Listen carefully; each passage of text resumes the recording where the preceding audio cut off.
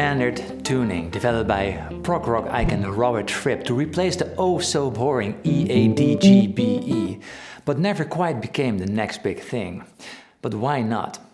It's reminiscent of other stringed instruments like violins, cellos and mandolins. Actually, the guitar is the odd one out in this place.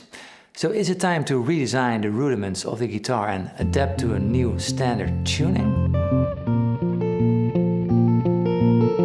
What is this mysterious new standard tuning?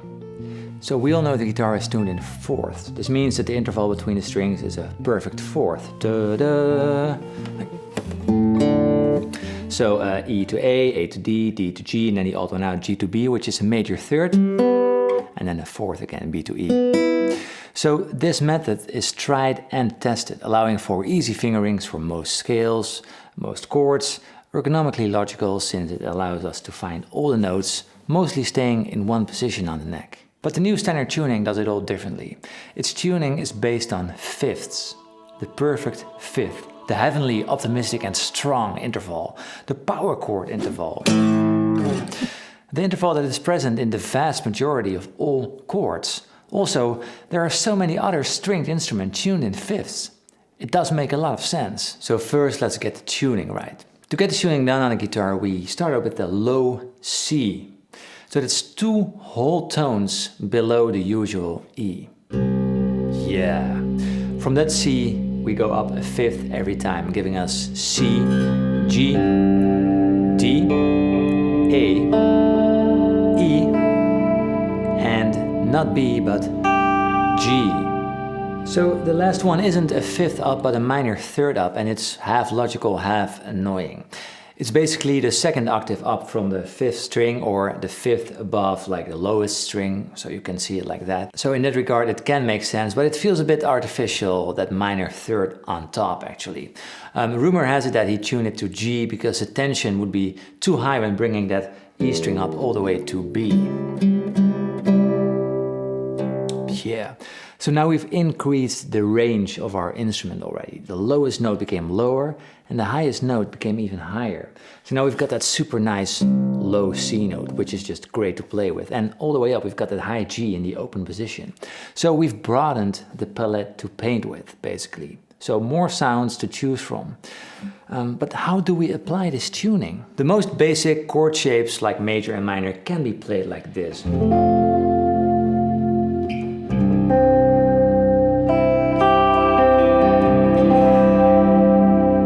So if you want to turn it into minor, you simply lower the third,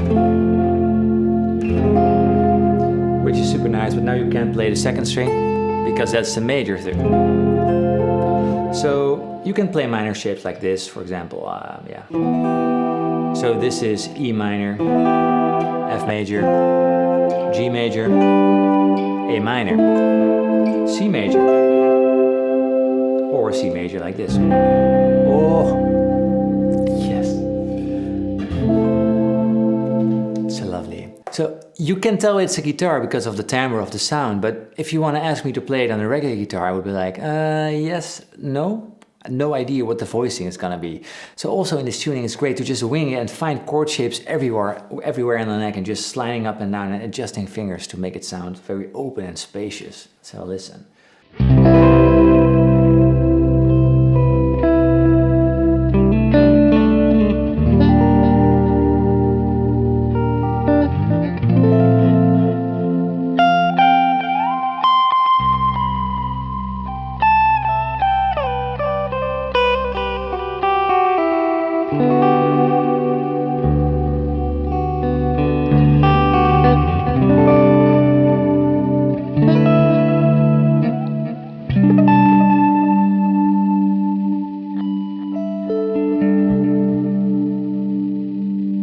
Just a bit trial and error, but it sounds so great. Before we dig deeper into the details of this tuning, I quickly want to let you know about the course I've been working on the past year. It's called Next Level Playing, and it teaches you a lot about guitar, and I'll take you along in becoming that next level guitar player we're all dreaming about.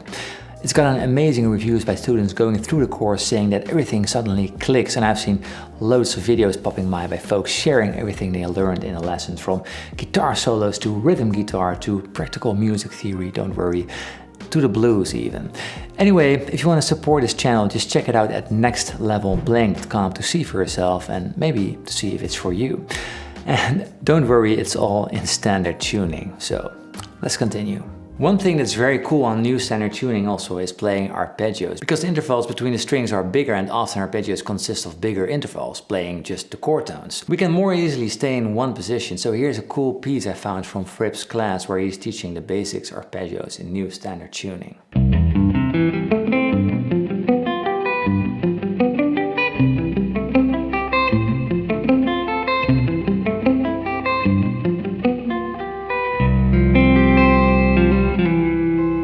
So that is pretty neat, but now for the melody part. So a good way to check out how all the notes are connected and how easy they are reachable is to play the chromatic scale, and on a regular guitar it's quite nice and easy to play. On a guitar in new standard tuning, however, that's a little bit a different approach.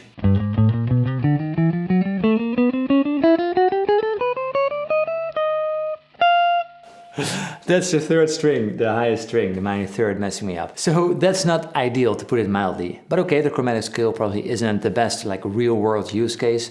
Let's try something very common, the major scale. Playing it on any other position than the open position is quite tricky actually.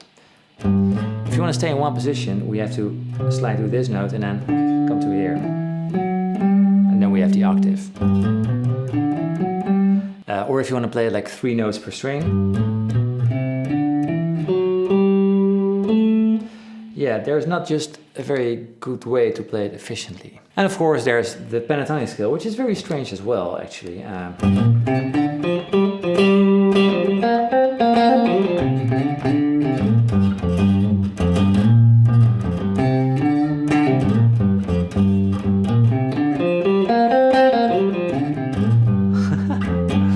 It's a lot of fun. But I think now we're approaching it the wrong way around.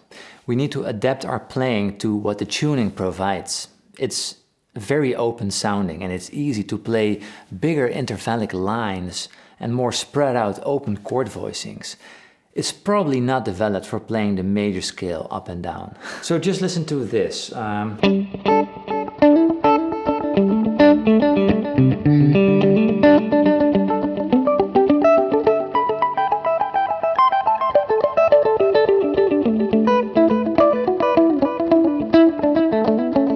Anyway, it's a sound you can't compare to anything played in standard simply because of the physics of it.